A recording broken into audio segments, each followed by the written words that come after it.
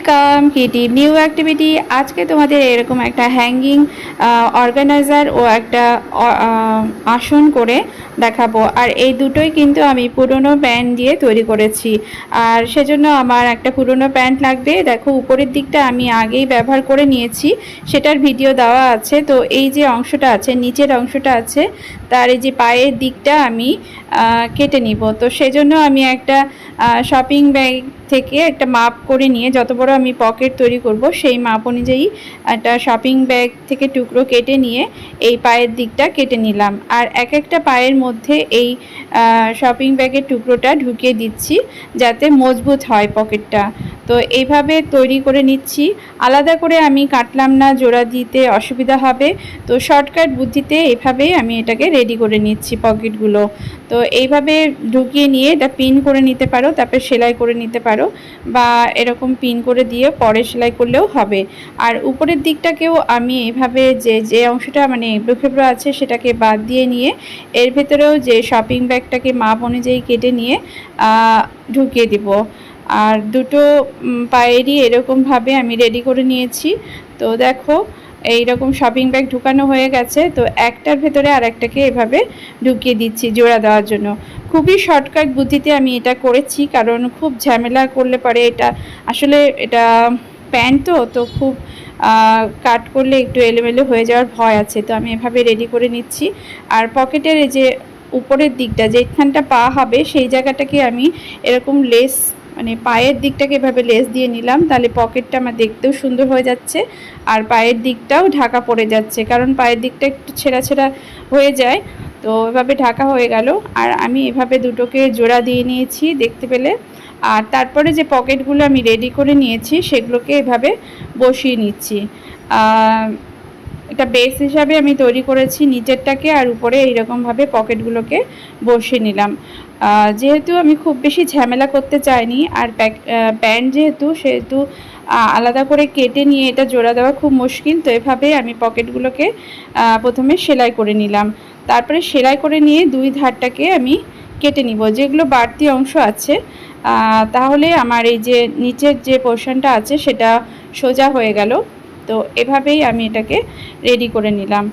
আর তারপরে দেখো উপরের দিকটা আমি কিভাবে মানে এটা মুড়ে নিচ্ছি। যেভাবে কোনাকুনি করে এভাবে আমি এটাকে মুড়ে নিলাম, তারপরে সেলাই করে দিব। তো ব্যাস আমার এটা মোটামুটি রেডি হয়ে গেল। এই দিকটা আমি এভাবে মুড়ে নিয়ে সেলাই করে দিব, আলাদা করে কোনো কাট দিব না, যাতে শক্ত হয় জিনিসটা।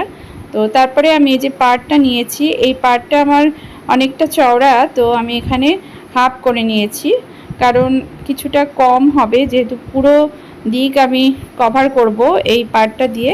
তো সেজন্য আমি এটাকে কেটে নিয়েছি। তারপরে এই যে ধারগুলো সেগুলো এভাবে এরকম পাড় লাগিয়ে নিব। এইটা আমার শাড়ির পাড়। আমি শাড়িটা মানে সুতির শাড়ির যে পাড়গুলো হয় সেটা কিন্তু খুব মজবুত হয়। তো সেগুলো এভাবে কেটে রেখেছিলাম, সেটা আজকে কাজে লেগে গেল। তো এই দেখো মাঝখানের এই জোড়া অংশটা যে পকেটটা জোড়া দিয়েছি সেটা আমি সেই জায়গায় আমি পাড় লাগানো হয়নি আমার, সেখানেও আমি পাড় লাগাবো। আর নিচের দিকটাও লাগাইনি, কারণ ফিনিশিংটা পরের দিকে লাগালেই ভালো হয়। তো আমি প্রথমে এই যে মাঝখানটা লাগিয়ে নিব, আর তারপরে অন্যগুলো লাগাবো। মাঝখানটা আগে লাগালেই বেশি ভালো হতো, কারণ দুই ধার জোড়া দেওয়ার আগে কিন্তু মাঝখানটা আগে পাড়টা লাগিয়ে নিতে হতো। যেহেতু আমি ভুলে গেছি, তো আমি সেজন্য এটাকে এইরকমভাবে তো ধরে পাড়টা লাগাতাম, কিন্তু দেখো পেছন দিকটাকে এভাবে মানে এইভাবে লাগিয়ে নিলাম যাতে এটা বোঝা না যায়। এই কাজটা কিন্তু তোমরা আগেই করে নিবে। তো দেখো আমি এইভাবে এটাকে লাগিয়ে নিচ্ছি। তো দুই ধারে কিন্তু মুড়তে হবে। তো উপরের দিকে একবার মুড়ে নিবে আর এই দিকটাও সেলাই করে নিবে। তো তাতে আমার এটা রেডি হয়ে গেল। আর এই যে উপরের দিকটা আছে, যে হ্যাঙ্গিংয়ের যে উপরের দিকটা আছে সেইখানেও আমি এভাবে পাড়টা লাগিয়ে নিব। দেখো কিভাবে দুই ধারটা কিন্তু একটু কাপড় বাড়তি রেখেছি যাতে নিচের দিকটা মানে ফিনিশিংটা ভালো হয়। তো এইভাবে আমি এটাকে উল্টো করে নিয়ে মুড়ে নিব, তাহলে আমার এটা উপরের দিকটা রেডি হয়ে গেল। আর এইভাবে রেডি হয়ে গেল, দেখতে পাচ্ছ। আলাদা করে করলে পরে এগুলো মুড়ে নিলে দেখতে কিন্তু ভালো লাগে আর ফিনিশিং মানে করতেও খুব সুবিধা হয়। আর এই নিচের দিকটা দেখো এইভাবে একটু কাপড়টা বাড়তি ধরে নিয়ে এরকম মুড়ে নিয়ে এরকমভাবে মুড়ে নিয়ে সেলাই করে নিতে হবে, যাতে এই কোনাটা খুব সুন্দর ফিনিশিং হয়। আর উপরের দিকেও একটা ফিতা, ছোট্ট ফিতাকে এরকমভাবে তৈরি করে নিলাম যাতে ঝোলানো সুবিধা হয়। তো রেডি হয়ে গেল আমার এই যে হ্যাঙ্গিংটা, যেটা ছোটোখাটো জিনিসপত্র রাখার জন্য খুবই কাজে লাগবে। তো আমি এখানে যে বাইরে যাওয়ার জন্য যে শপিং ব্যাগগুলো লাগে সেই সব শপিং ব্যাগ, ক্যারি ব্যাগ বা এরকম শপিং ব্যাগগুলো আছে সেগুলো রেখে দিয়েছি, কারণ এগুলো মানে কাজের সময় পাওয়া যায় না। তো তোমাদের বাড়ির যে কোনো জায়গায় যেটা এগুলো ঝুলিয়ে দিতে পারো, তাতে খুব সহজেই পাওয়া যায় বা টুকিটাকি জিনিস রাখতে পারো। এরপর চলো আর একটা জিনিস আমি রেডি করব, যেটা তো তোমাদের আগেই দেখালাম, আসন তৈরি করব। তো সেজন্য আমি এই বেস হিসাবে এই মানে প্যান্টকে কাজে লাগিয়েছি, কারণ এই ধরনের প্যান্টগুলো তো মানে কাউকে দেওয়াও যায় না আর অনেকটাই পুরনো হয়ে গেছে, আর সেই জন্য এগুলোকে কাজে লাগিয়ে নিয়ে নেওয়াই মনে হয় বুদ্ধিমানের কাজ। তো আমি এখানে এইটাকে কিভাবে সোজা করছি, কারণ এটাকে আলাদাভাবে কেটে তুমি তৈরি করলে মানে অনেকটা কাপড় বাদ যাবে। তো আমি এটাকে যতটা পারা যায় কাজে লাগানোর জন্য এভাবে একটার উপর একটাকে জোড়া দিয়ে নিয়েছি, এই যে মাঝখানটা একটু সোজা করার জন্য। আর তারপরে দেখো এই যে ধারটা আছে সেই ধারটাকেও আমি এভাবে একটু সোজা করে কেটে নিলাম। শুধু এইটুকুনি আমার প্যান্টের মানে বাদ যাচ্ছে বলতে গেলে। তো এভাবে আমি এটাকে সোজা করে নিলাম। মোটামুটি চারদিক সোজা হয়ে গেছে। এরপর আমার লাগবে টুকরো কাপড়। তো সেলাইয়ের পরে টুকরো কাপড়টা অনেক বেঁচে যায়, তো বিভিন্ন ধরনের কাপড় এখানে নেওয়া যেতে পারে। তো আমি এখান থেকে কিছু কাপড় বাছাই করে নিব যেগুলো আমার এখানে কাজে লেগে যাবে। তো একটু লম্বা লম্বা এরকম ধরনের কাপড় আমার নিতে হবে। তো আমি এরকমভাবে মোটামুটি আমার লম্বালম্বি যতগুলো কাপড় ছিল সেগুলোকে বাছাই করে নিয়ে এখানে জোড়া দিব। তো জোড়া দেওয়ার জন্য দেখো প্রথমটাকে তো আমি উপরে দিয়ে সেলাই করে নিয়েছি এই ধারটায়, আর তারপরে দ্বিতীয়টা যখন জোড়া দিব তারপরে এইরকমভাবে উল্টো করে ধরে নিয়ে এইভাবে ঘুরিয়ে দিব, তাহলে এটা হয়ে যাবে। আর তারপরে দেখো আবার আর একটা কাপড় যখন জোড়া দিব তখন আমি এই যে কাপড়টাকে সোজা করে নিয়েছি এর উপরে আবার আর একটা কাপড় জোড়া দিয়ে নিব।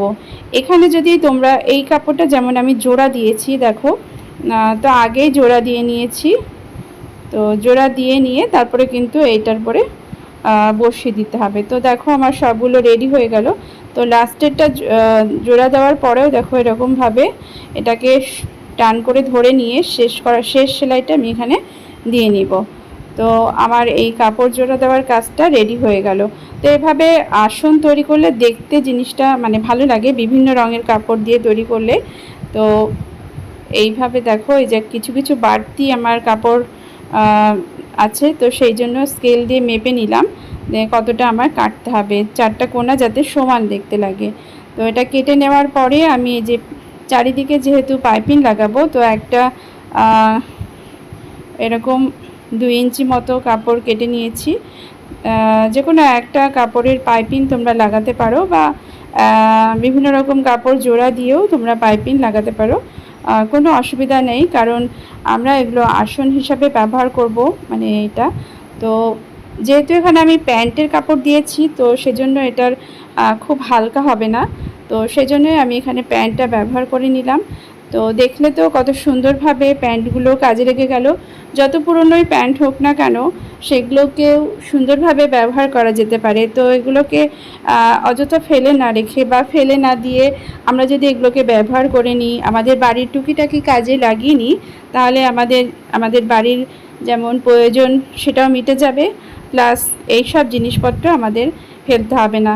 আর তার সাথে সাথে আমি যে আমার বাড়িতে পড়ে থাকা যে টুকরো কাপড়, এই যে পার, সব কিছুই ব্যবহার করে নিয়েছি। তো কেমন লাগলো ভিডিওটা অবশ্যই কমেন্ট করে জানাবে, ভালো লাগলে একটা লাইক